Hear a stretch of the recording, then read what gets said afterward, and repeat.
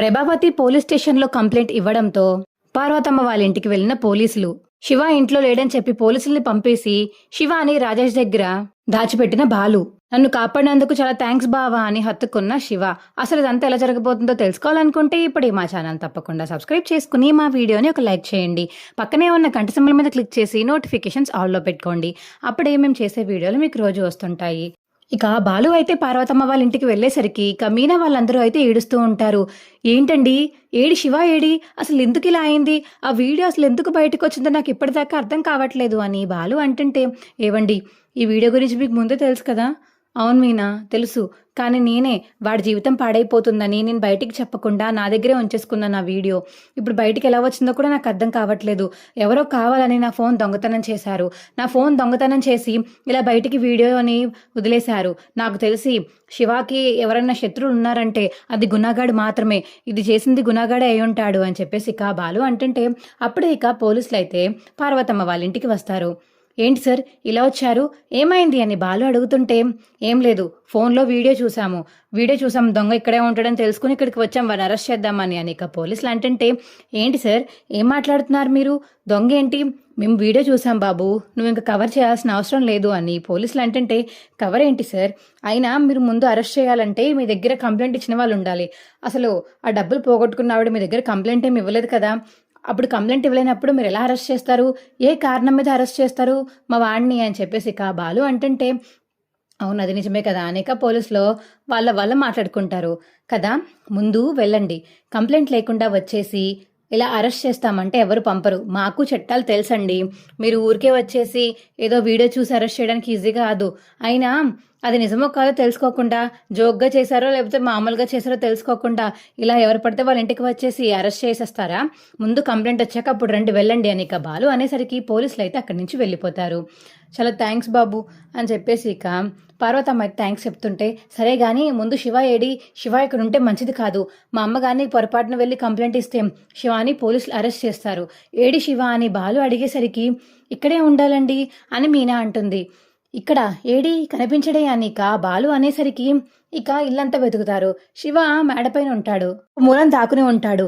ఇక ఇల్లంతా వెతికి పైకి వెళ్ళి చూసేసరికి శివ అయితే ఒక మూలం దాకుని ఉండడం చూసి, శివ బయటికి రారా నువ్వు అని చెప్పేసి బాలు అంటాడు. నేను రాను, నేను వస్తే మీరు పోలీసులకు నన్ను అప్పచెప్పేస్తారు, ఇప్పుడే పోలీసులు రావడం చూసి నేను పైకి వచ్చి దాక్కున్నాను, లేదు నేను రాను మీతోటి అని చెప్పేసి ఇక శివ అయితే మేడపైన అటు ఇటు పరిగెడుతూ ఉంటాడు. శివ చెప్పిన మాట విను, నిన్ను పోలీసులు తీసుకెళ్లకుండా చూసుకునే పూచి నాది, నా మాట నువ్వు వినవా అని చెప్పేసి ఇక బాలు అంటుంటే, లేదు నేను ఎవరి మాట నమ్మను, ఎవరి మాట వినను, నేను మీ అందరూ ఒకటే, నాకు భయం వేస్తుంది, నేను చేసిన తప్పుకి నాకు శిక్ష ఖచ్చితంగా పడుతుంది, ఇప్పుడు కానీ జైలుకి వెళ్తే నా బతుకు ఏమైపోతుంది, నా బతుకు అసలు ఎలా ఉంటుందో ఏంటో అని భయం వేస్తుంది అని ఇక శివ అయితే టెర్రస్ మీద గోడ మీద నించుని ఇక దూకేయడానికి రెడీగా ఉండి మాట్లాడుతూ ఉంటాడు. అది చూసిన బాలు అయితే ఇంకా వెంటనే వెళ్ళి శివాని పట్టుకుని వెనకట లాగేస్తాడు. ఏంటి శివ ఇలాంటి పిచ్చి పిచ్చి పనులు చేస్తున్నావు, నీకోసం అమ్మ నేను చెల్లి ఉన్నామని మర్చిపోయావా, ఎవరు నమ్మినా నమ్మకపోయినా మేము నిన్ను నమ్ముతున్నాంరా, నాన్న లేని లోటు నువ్వే తీరుస్తావని చెప్పేసి నీ మీద అమ్మ చాలా ఆశలు పెట్టుకుంది, అలాంటిది ఇప్పుడు నువ్వు కూడా చనిపోతే అమ్మకి అసలు దిక్కేంట్రా, అమ్మ ఉండగలుగుతుంది అనుకుంటున్నావా, ఇప్పటికే నాన్న లేని బాధ నుంచి ఇప్పుడిప్పుడే కోలుకుంటున్నాము, నువ్వు ఈ పని చేస్తే ఇక మొత్తానికి కోలుకోలేంరా, అలాంటి పిచ్చి పిచ్చి పనులు చేయకు, ఏదో తప్పు చేసావు కాబట్టి తిడుతున్నాము, తిట్టకుండా ఇప్పుడు నీకు సపోర్ట్ చేస్తే నువ్వు మళ్ళీ ఇదే తప్పు చేస్తావు కాబట్టి అమ్మ తిడుతుంది, అంతేగాని నీ మీద ప్రేమ లేక కాదు, నువ్వంటే ఇష్టం లేక కాదురా, అలా పిచ్చి పిచ్చి ఆలోచనలు పెట్టుకోకు అని చెప్పేసి ఇక మీనా దగ్గరికి తీసుకుని ఇక పార్వతమ్మ, సుమతి, మీనా శివానైతే హక్ చేసుకుంటారు. ఇక బాలు అయితే, సరే మీ అందరూ జాగ్రత్తగా వినండి, ఇక్కడ మాత్రం శివ ఉండడానికి వీల్లేదు, శివ ఇక్కడ ఉండకూడదు కూడా. ఏంటండి ఏంటి మీరు మాట్లాడేది, అవును ఇక్కడ శివ ఇక్కడే ఉంటే పోలీసులు వచ్చి మళ్ళీ ఎవరైనా కంప్లైంట్ ఇస్తే ఖచ్చితంగా వచ్చి తీసుకువెళ్ళిపోతారు శివాని, అందుకని శివ ఇక్కడ లేకుండా చేయాలి, శివ అనే నేను రాజేష్ వారి ఇంట్లో ఉంచుదాం అనుకుంటున్నాను అని బాలు అంటుంటే, ఏమండి మరి అన్నయ్య బాగానే చూసుకుంటారా, వాడి మీద నీకు నమ్మకం లేదా మీనా, ఉందండి, ఉంది కాబట్టి నమ్మకం ఉంచు, వాడొక్కడే ఇప్పుడు శివాని జాగ్రత్తగా చూసుకునేది, నేను వీడిని తీసుకువెళ్ళి అక్కడ వదిలిపెడతాను, అప్పుడు వాడు జాగ్రత్తగా ఉంచమని ఒక రూమ్లో ఉంచమని చెప్తే శివ ఎక్కడున్నారో ఎవరికి తెలియక ఇక పోలీసులు అయితే అరెస్ట్ చేయకుండా ఉంటారు. ఈ లోపల మా అమ్మ చేత ఏ కేసు పెట్టనివ్వకుండా చూసుకోవాలి అని ఇక బాలు అంటుంటే, సరేనండి అని ఇక మీనా అంటుంది. ఇక శివాని అయితే తీసుకువెళ్ళి బాలు అయితే రాజేష్ వారి ఇంటికి వెళ్తాడు. రే రాజేష్, చెప్పరా ఏంటి? ఏం లేదురా, ఈ శివాని కొన్ని రోజులు మీ ఇంట్లో ఉంచుకోగలుగుతావా? ఒక వారం దాకా. ఎందుకంటే ఇప్పుడు పరిస్థితి ఏం బాగాలేదు. ఊరికే మళ్ళీ మీనా వాళ్ళ ఇంటికి ఇలా వాళ్ళ అమ్మగారింటికి వస్తూనే ఉంటారు. వీడి కానీ అక్కడ ఉన్నాడని తెలిస్తే వీడిని ఖచ్చితంగా అరెస్ట్ చేసేస్తారు. ఎవరైనా కంప్లైంట్ ఇస్తే చాలు. ఇప్పుడు నేను చేయవలసింది ఏంటంటే మా అమ్మ కంప్లైంట్ ఇవ్వకుండా చూసుకోవాలి. వన్స్ కంప్లైంట్ ఇచ్చిందంటే ఇంకా వీడి కోసం సర్చింగ్ స్టార్ట్ చేస్తారు. వీడు దొరకకపోతే అప్పుడు అన్ని చోట్ల వెతుకుతారు. కాబట్టి మీ ఇంట్లో ఉండడానికి ఎవరికి డౌట్ రాదు. అందుకని కొంచెం వీడిని ఎక్కడైనా దాయరా అని చెప్పేసి బాలు అడిగేసరికి, రే ఇంతలా అడుగుతున్నావంటే వీడు కావాలని చేయలేదని చెప్పేసి నాకు అర్థమవుతుంది. నువ్వు నమ్మావంటే నేను కూడా వీడిని నమ్ముతున్నాను. సరే, శివాని నేను చూసుకుంటాను, నువ్వు జాగ్రత్తగా ఉండు, సరేనా? ఎలాంటి గొడవలను దూరద్దు, ఈ గొడవను ఇంకా పెద్ద చేయొద్దు, అర్థమవుతుందా అని ఇక రాజేష్ చెప్పేసరికి, అలాగేరా, జాగ్రత్తగా చూసుకో, చాలా థ్యాంక్స్ రా అని ఇక బాలు అంటాడు రాజేష్ని. మనలో మనకి థ్యాంక్స్ లేంట్రా, నాకు సాయం కావాల్సినప్పుడు నువ్వు డబ్బులు ఇవ్వలేదా? నీకు సాయం కావాల్సి వచ్చినప్పుడు నేను కూడా సాయం చేస్తాను రా, ఇదేరా ఫ్రెండ్షిప్ అంటే.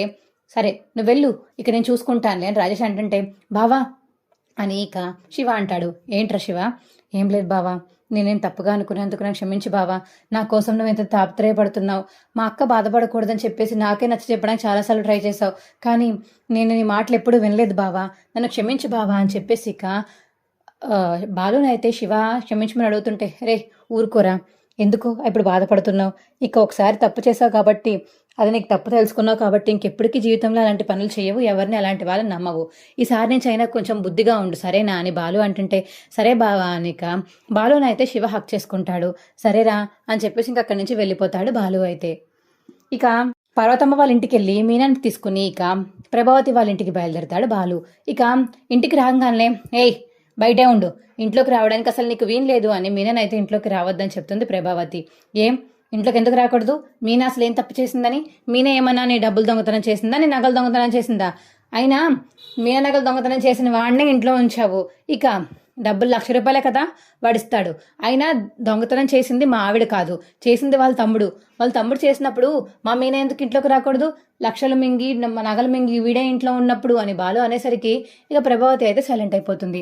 బాలు అయితే, నీతో నేను మా నాన్నతోనే మాట్లాడుకుంటాను అని మీనాని చేపట్టుకుని లోపల తీసుకొచ్చి, ఏంటి నాన్న అమ్మ ఇన్ని మాటలు మాట్లాడుతున్నా, నువ్వేం మాట్లాడవేంటి అని బాలు అంటుంటే, మీ అమ్మ చేసింది కరెక్టేరా, ఏంటి మీనాని ఇంట్లోంచి బయటికి వెళ్ళిపోమండమా? ఆ విషయం గురించి కాదు, శివ విషయం గురించి. చాలా తప్పు చేశాడు శివ, అసలు అలాంటి దొంగతనం చేయకుండా ఉండాల్సింది అని ఇక సత్యం అంటుంటే, నువ్వేంటి కూడా అలా మాట్లాడతావేంటి నాన్న? అవును శివ చేసింది తప్పే, కానీ వాడు కుర్రోడు, వాడు తెలియక చేశాడు అని బాలు అంటుంటే, అబ్బో కుర్రోడు, తెగ కుర్రోడు, ఇటు ఫస్ట్ నుంచి దొంగోడేవాడు. నేను చెప్పాను వాళ్ళు దొంగ ఫ్యామిలీ, నీ బైక్ దొంగతనం చేసినప్పుడు కూడా నేను చెప్పాను అప్పుడు వాడు పెద్ద దొంగోడని. అప్పటి నుంచి వదిలేశారు. నాకు ముందే అనుమానం రాకుండా ఉంది, లేదంటే ముందే అనుమానం వచ్చుంటే వాడి పని మామూలుగా ఉండేది కాదు. ఇవాళ కూడా వాడిని కొట్టడానికి వెళ్తే ఎవరొకరు సాయం చేసి వాడిని కొట్టకుండా ఆపేశారు కాబట్టి బతికిపోయాడు నా చేతుల్లో, లేకపోతే చితక్ కొట్టి నేనే చంపేసేదాన్ని అని ప్రభావతి అంటుంటే, అత్తయ్య శివ ఏమీ కావాలని చేయలేదు, తన కారణం చెప్పాడు కదా, తను చేయలేని దొంగతనం చేశారని మీరు తన మీద వేసినందుకు ఆ పగ పెట్టుకుని మీ దగ్గర డబ్బులు కొట్టేశాడు, కానీ ఆ డబ్బులు తిరిగి ఇచ్చేశాడు కదా, ఇంకా ఎందుకని అలా కక్ష పెట్టుకున్నారు అని మీనా అంటుంటే, ఏంటి డబ్బులు దొంగతనం చేసి తిరిగి ఇచ్చేస్తే సరిపోతుందా అని ప్రభావతి అంటుంటే, అయితే సరిపోదా, ఏం చేయాలేంటి, శిక్ష అనుభవించాలి అని ఇక ప్రభావతి అంటుంటే, సరేరా మనోజ్, నువ్వు కూడా జైలుకి వెళ్ళు. నేనెందుకు వెళ్తానురా? మరి అమ్మ చెప్పింది కదా దొంగతనం చేసిన వాడికి శిక్ష పడాలి అని అమ్మ చెప్పినప్పుడు, ఆ శివగాడిని వాడి పోలీసుల స్టేషన్కి పంపుతున్నప్పుడు నిన్ను కూడా పంపాలి కదా మీనా నగలు దొంగతనం చేసినందుకు అని వాళ్ళు అంటుంటే, ఏం అవసరం లేదు, వాడు ఇంట్లో వాడు, నేనే చేసిచ్చాను కాబట్టి అవి పర్లేదు, కానీ వీడు రోడ్డు మీద వెళ్తున్న దాన్ని తీసుకుని మరి బ్యాగ్ లాక్కుని మరీ వెళ్ళాడు. ఆ టైంలో నాకేమైనా జరిగి ఉంటే, నేను కింద పడిపోయి ఉంటే, నాకేమైనా దెబ్బ తగిలింటే అప్పుడేంటి పరిస్థితి?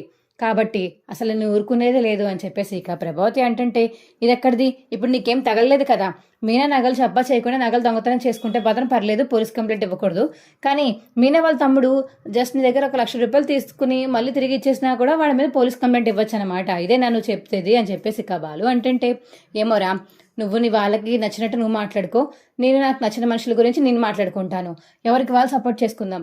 ఆల్రెడీ పోలీసులు ఇంటికి రమ్మని చెప్పాను, వాళ్ళే వచ్చి నా దగ్గర సంతకం తీసుకుని వెళ్తారు, అప్పుడు ఫైల్ కేసు రిజిస్టర్ అవుతుంది, దాన్ని బట్టి అప్పుడు వాడిని పోలీసులు తీసుకుని చితక్కొడతారు అని ఇక ప్రభావతి అంటుంటే, వద్దత్తయ్య ప్లీజ్ అత్తయ్య, కంప్లైంట్ ఇవ్వకండి అత్తయ్య అని మీనా అడుగుతుంటే, నువ్వు అసలు మాట్లాడకు, ఇంట్లోకే రావద్దని చెప్పాను నేను నిన్ను, సిగ్గు లేకుండా మళ్ళీ నాతో మాట్లాడతావేంటి నువ్వు అని ప్రభావతి అంటుంటే, ఏంటి ఏం మాట్లాడుతున్నావమ్మా నువ్వు అని బాలు అందరూ ఇంకా మాట్లాడుకుంటుంటే అప్పుడే ఇక పోలీసులు అయితే ఇంటికి వస్తారు.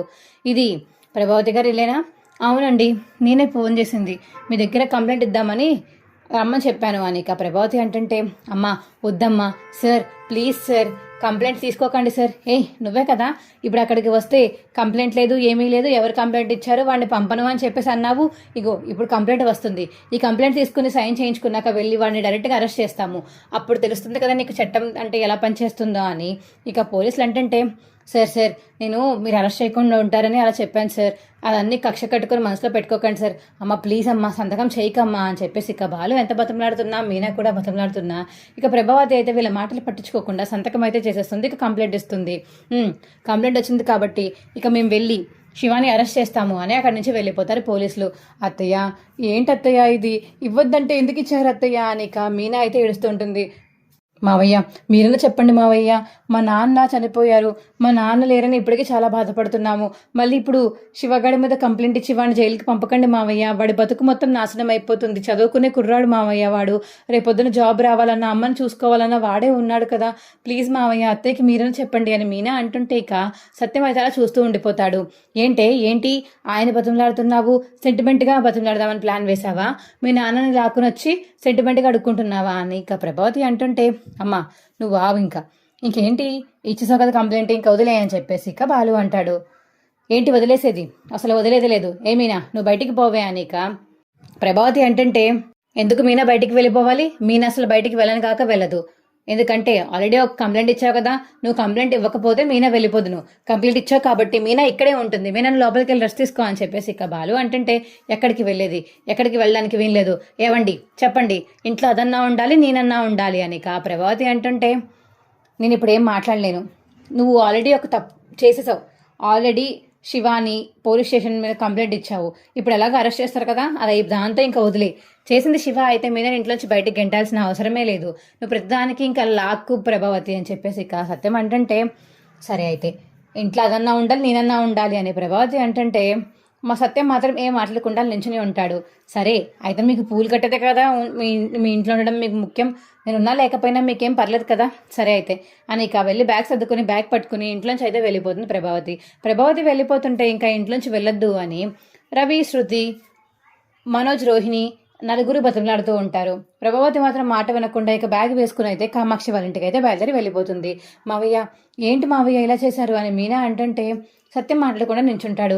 ఏంటి నాన్న ఎలా చేశావు, ఈ పిల్ల కోసం అమ్మని బయటికి గెంటేస్తావా, అసలు నువ్వు మనిషివేనా, నీకు మనసాక్షి ఉందా, ఎవరో అమ్మాయి కోసం మీ ఆవిడని ఎందుకని వదిలేసుకుంటున్నావు అని చెప్పేసి ఇక మనోజ్ అంటుంటే, ఎవరో ఆవరో అని అడగరా నువ్వు, నువ్వు ఎన్నిసార్లు తప్పు చేశావు, నేను ఇంటి నుంచి బయటికి గెంటేసినప్పుడల్లా మీ అమ్మ ఇంట్లోకి తీసుకురాలేదా, నేను తప్పులు చేసి సిగ్గు లేకుండా మా ఇంట్లో ఉన్నావు, అయినా తప్పలేదు కానీ మీనని మాత్రం బయటికి గెంటేయాలి ఏ తప్పు చేయకుండా, అదే నా మీ తొక్కల రూళ్ళు, ఇంకా మీ అమ్మకి సపోర్ట్ చేస్తూ కూర్చుంటే నేను అప్పుడు ఇంకా మీ ఇంట్లో ఎవరు ఉండరు, నువ్వు మనోజు ఉంటారు, రోహిణి ఉంటుంది, మీ అమ్మ ఉంటుంది, మీ ముగ్గురు ఉంటారు, మేమందరం బయటికి పోతాము అని చెప్పేసి ఇక సత్యం అంటుంటే మనోజ్ అయితే సైలెంట్ అయిపోతాడు.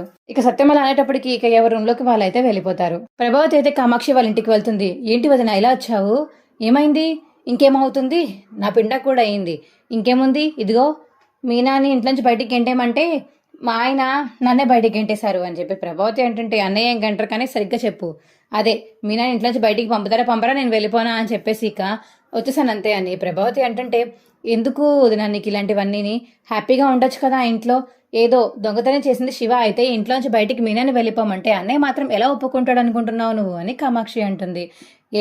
దాని తమ్ముడే కదా, అందరూ అదే రక్తం కదా, వాళ్ళందరూ చేసింది అదే కదా, అందరూ చేయలేదు దొంగతనం, ఓన్లీ శివ మాత్రమే చేశాడు వదిన, నీకు మీనా ఏం చేసినా, మీనా వాళ్ళ కుటుంబ సభ్యులు ఒక్క మిషన్ చేసినా ఇక మీనా వాళ్ళ కుటుంబం అంతా తప్పు చేసినట్టుగానే మాట్లాడతావు నువ్వు, అదే నీలో ఉన్న మైనస్. ఇక ప్రభావతి మరియు కామాక్షి అయితే మాట్లాడుకుంటూ ఉంటారు. ఇక నైట్ అయ్యేసరికి మీనా అయితే ఏడుస్తూ ఉంటుంది.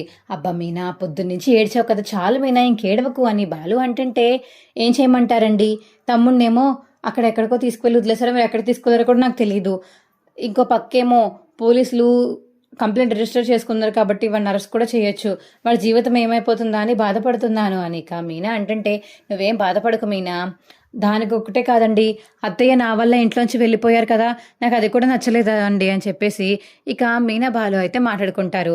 నువ్వేం టెన్షన్ పడకు, వాడి మీద కేసు ఎలాగైనా సరే అమ్మ చేత నేను వాపస్ తీసుకునేలా చేస్తాను, సరేనా? శివ మళ్ళీ నార్మల్ వ్యక్తిగానే బయట తిరుగుతాడు. ఆ వీడియో కూడా డిలీట్ చేయిస్తాను. నువ్వు కొంచెం ప్రశాంతంగా ఉండు మీనా అని బాలు అంటుంటే సరేనండి అని ఇక మీనా అయితే పడుకుంటుంది. ఇక బాలు కూడా పడుకుంటారు. తర్వాత మార్నింగ్ ఇంక అందరూ లేచాక మీనా అయితే కిచెన్లో వంట చేస్తూ ఉంటుంది. అప్పుడే ఇక శోభ అయితే ఇంటికి వస్తుంది. ఏంటి, ఏది మీ అత్త ఏది అని చెప్పేసి ఇక రోహిణి కనబడడంతో రోహిణిని అడుగుతుంటే అది అది అని చెప్పేసి తడబడుతుంది రోహిణి అయితే. లేదమ్మా, వెళ్ళింది, ఎక్కడికి వెళ్ళిందో తెలియదు, వెళ్ళిపోయింది అని చెప్పేసి ఇక సత్యం చెప్పేసరికి అదేంటండి అలా ఎలా వెళ్ళిందని వదిలేస్తారు, అలా వెళ్ళిపోతారా, వదిలేస్తారా? మేమేమీ వెళ్ళిపోమని చెప్పలేదు కదా, తనకే పౌరుషం వచ్చి వెళ్ళిపోయింది కాబట్టి తనకు కావాల్సిన టైంకి తనే వస్తుందిలే అని చెప్పేసి ఇక సత్యం అంటాడు. ఇదంతా జరిగింది అసలు మీనా వాళ్ళ తమ్ముడు వల్లే కదా, మీనా వాళ్ళ తమ్ముడు చేసిన దానికి ఈవిడెందుకు ఇంట్లోంచి వెళ్ళిపోవాలి, అయినా మీనా చేసిన తప్పుకి ఈవిడెందుకు బయటికి వెళ్ళాలి, మీననే బయటికి పంపేయించు కదా అని చెప్పేసి ఇక శోభ అడుగుతుంటే అమ్మా నీకు ఏమైనా ప్రాబ్లమ్స్ ఉంటే నా రూమ్లోకి వచ్చి మాట్లాడు, బయట వీళ్ళందరి ముందు కాదు దా అని చెప్పేసి ఇక శోభ చేపట్టుకుని లోపలికి తీసుకువెళ్ళిపోతుంది. ఇక శృతి అయితే ఏంటి ఇప్పుడు నీ బాధ చెప్పి ఏంటి?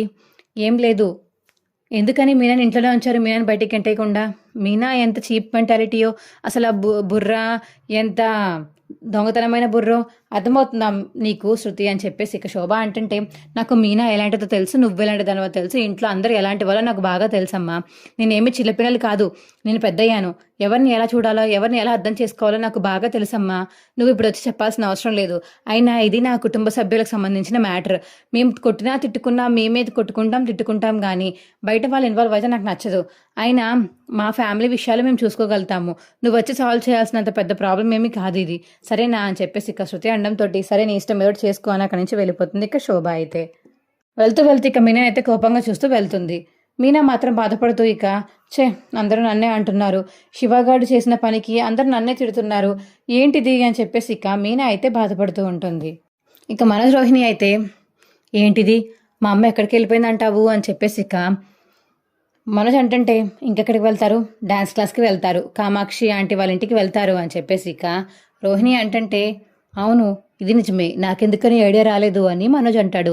నీకు ఉంటేనే కదా రావడానికి బుర్ర, కానీ సర్లే ఫాస్ట్గా రెడీ అవ్వు, నువ్వు షోరూమ్కి వెళ్ళాలి, నేనేమో పార్లర్కి వెళ్ళాలి, ఇందాకే క్లయింట్ ఫోన్ చేశారు రమ్మని, వెళ్తాను అని చెప్పేసి ఇంకా అక్కడి నుంచి వెళ్ళిపోతుంది రోహిణి అయితే. ఇక మనోజ్ కూడా రెడీ అయిపోయి తన షోరూమ్కి అయితే బయలుదేరతాడు.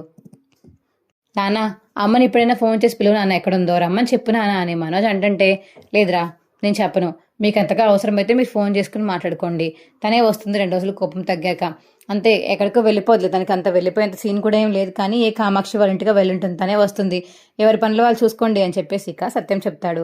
ఇంకెవరి పనులు వాళ్ళైతే చేసుకుంటూ ఉంటారు. ఇంకా కంప్లైంట్ ఇవ్వడంతో పోలీసులు అయితే పార్వతమ్మ వాళ్ళ ఇంటికి అయితే వెళ్తారు. పార్వతమ్మ గారు అని పోలీసులు పిలుస్తుంటే చెప్పండి నేనేనండి అని ఇక బయటికి వస్తుంది. పార్వతమ్మ అయితే ఏం లేదు, శివ మీద కంప్లైంట్ ఇచ్చారు, అందుకని శివాని అరెస్ట్ చేయడానికి వచ్చాము, లేకండి ఇంట్లో ఉంటే తీసుకువెళ్తాము అని చెప్పేసి ఇక అందరూ అయితే లోపలికి వస్తారు. ఇక లోపలికి వచ్చి శివ లేడా చూసిన పోలీసులు అయితే సార్ ఇక్కడ శివ అనే అబ్బాయి లేడు సార్, లేడా, లేకపోవడం ఏంటి, ఎక్కడికి వెళ్ళిపోయాడమ్మా అని చెప్పేసి ఇక పోలీసులు అయితే పార్వతమ్మని సుమతిని అడిగేసరికి ఏమో సార్ తెలీదు, నిన్న పోలీసులు రావడంతో భయపడిపోయి ఇంటి దగ్గర నుంచి పారిపోయాడు సార్ అని చెప్పేసి ఇక సుమతి అయితే చెప్తుంది. అవునా, ఇంత పెద్ద పని చేశాడా వాడు, సరే అయితే వెతికి మేము పట్టుకొని లాకప్లో వేస్తాంలే, మీరు కూడా జాగ్రత్తగా ఉండండి, ఒకవేళ రిటర్న్ ఇంటికి వస్తే మాత్రం మాకు ఫోన్ చేసి చెప్పండి అని పోలీసులు అనేసి అక్కడి నుంచి ఇక వెళ్ళిపోతారు. మా వీడియో మీకు ఎలా అనిపించిందో కింద కామెంట్ సెక్షన్లో తెలియచేయండి. మీ వీడియో కనుక నచ్చితే మా వీడియోని ఖచ్చితంగా లైక్ చేసి తప్పకుండా సబ్స్క్రైబ్ చేసుకోండి. పక్కనే ఉన్న గంట సింబల్ మీద క్లిక్ చేసి నోటిఫికేషన్స్ ఆల్లో పెట్టుకోండి. అప్పుడే మేము చేసే వీడియోలు మీకు రోజు వస్తుంటాయి. ఇలా మరిన్ని మంచి వీడియోస్ కోసం మా వీడియోని ప్రోత్సహించడానికి లైక్ కొట్టండి. Bye friends.